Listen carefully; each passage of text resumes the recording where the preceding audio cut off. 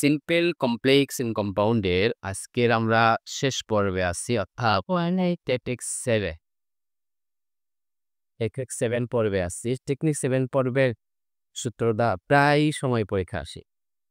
যেকোনো জায়গায় পরীক্ষা, অ্যাডমিশন টেস্ট অথবা যেকোনো কম্পিটিটিভ এক্সামে সবসময় চলে আসে এই প্রশ্নটা পাইবে। যেমন টি ডট ডট টি হবে সিম্পল টি ডট টি মানে হলো too dot dot to, complex হলো এস ডট ডট টি অর্থাৎ সো ডট ল্যাশ দ্যাট, আর ভি ড্যাশ এ অর্থাৎ ভেরি অ্যান্ড কম্পাউন্ডেড টু।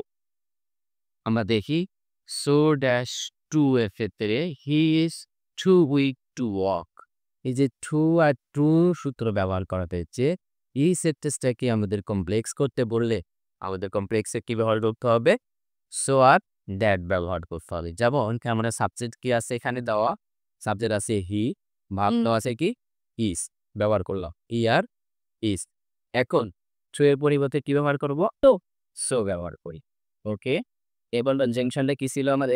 এখানে অ্যাডজেক্টিভটা দেওয়া ছিল কি weak, W D A K, weak ব্যবহার করলাম। এরপরে আমাদের টু এর পরিবর্তে কি ব্যবহার করবো?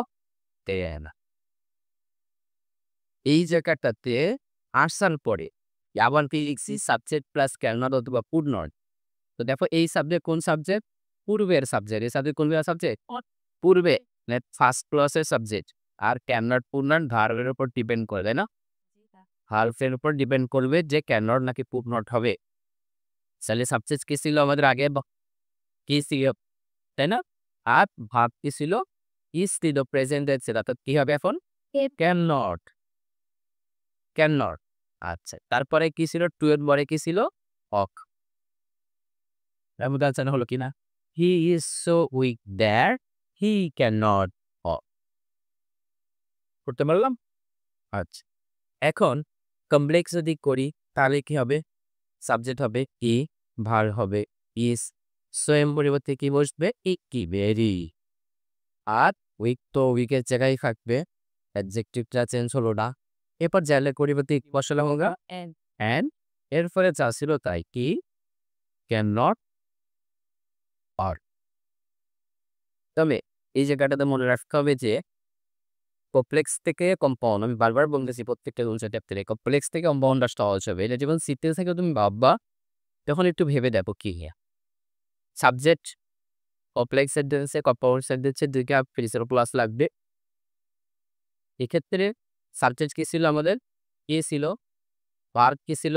ইজ ছিল। টু এর পরিবর্তে ভেরি ব্যবহার করতে হবে, উইক উইকের জায়গায়। এই টু এর পরিবর্তে অ্যান্ড ব্যবহার করতে হবে, কারণ আমরা সূত্র লিখেছিলাম টি ড্যাশ টি আর ভি ড্যাশ এ, তাই তো? তা টি এর পরিবর্তে ভি, আরেক টি এর পরিবর্তে এ, অর্থাৎ টু এর পরিবর্তে ভেরি আর টু এর পরিবর্তে অ্যান্ড ব্যবহার করতে হবে। সেম টাইপে ব্যবহার করেছি। এবং কম্পাউন্ড সেন্টেন্সে তো আমাদের আরো একটা ক্লাস লাগবে। আরো একটা ক্লাস তৈরি করতে গেলে সাবজেক্ট আরেকবার লাগবে।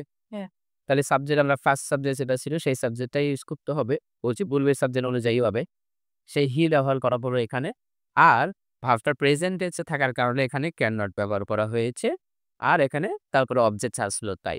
এখন শুধু ক্যান না ব্যবহার করে ক্যান নট ব্যবহার করা হলো কেন? He is very weak. সে খুবই দুর্বল ছিল। খুবই দুর্বল থাকার কারণে কি সে কি খুব দ্রুত দৌড়ে যাবে? সে তো হাঁটতে পারবে না বা দৌড়াতে পারবে না বা সে স্বাভাবিক অবস্থা বিরাজ করবে না, তাই না? না বোধক একটা অ্যান্সার আসবে। তার জন্য এখানে আমাদের ক্যান নট অথবা কুড নট ব্যবহার করতে হবে। সূত্রের মধ্যে মনে রাখতে হবে যখন টু থাকবে তখন কিন্তু নট যুক্ত করতে হবে। মনে থাকবে সবার? জি। এই 7টা টেকনিক যদি আমরা আপনারটাকে স্টোরি, বিভিন্ন বোর্ডের প্রশ্নগুলা, বিভিন্ন পরীক্ষায় এসেছে এমন প্রশ্নগুলা, তাহলে আশা করি এখান থেকে কমন পাওয়া যাবে এবং সহজে অ্যান্সার করা যাবে।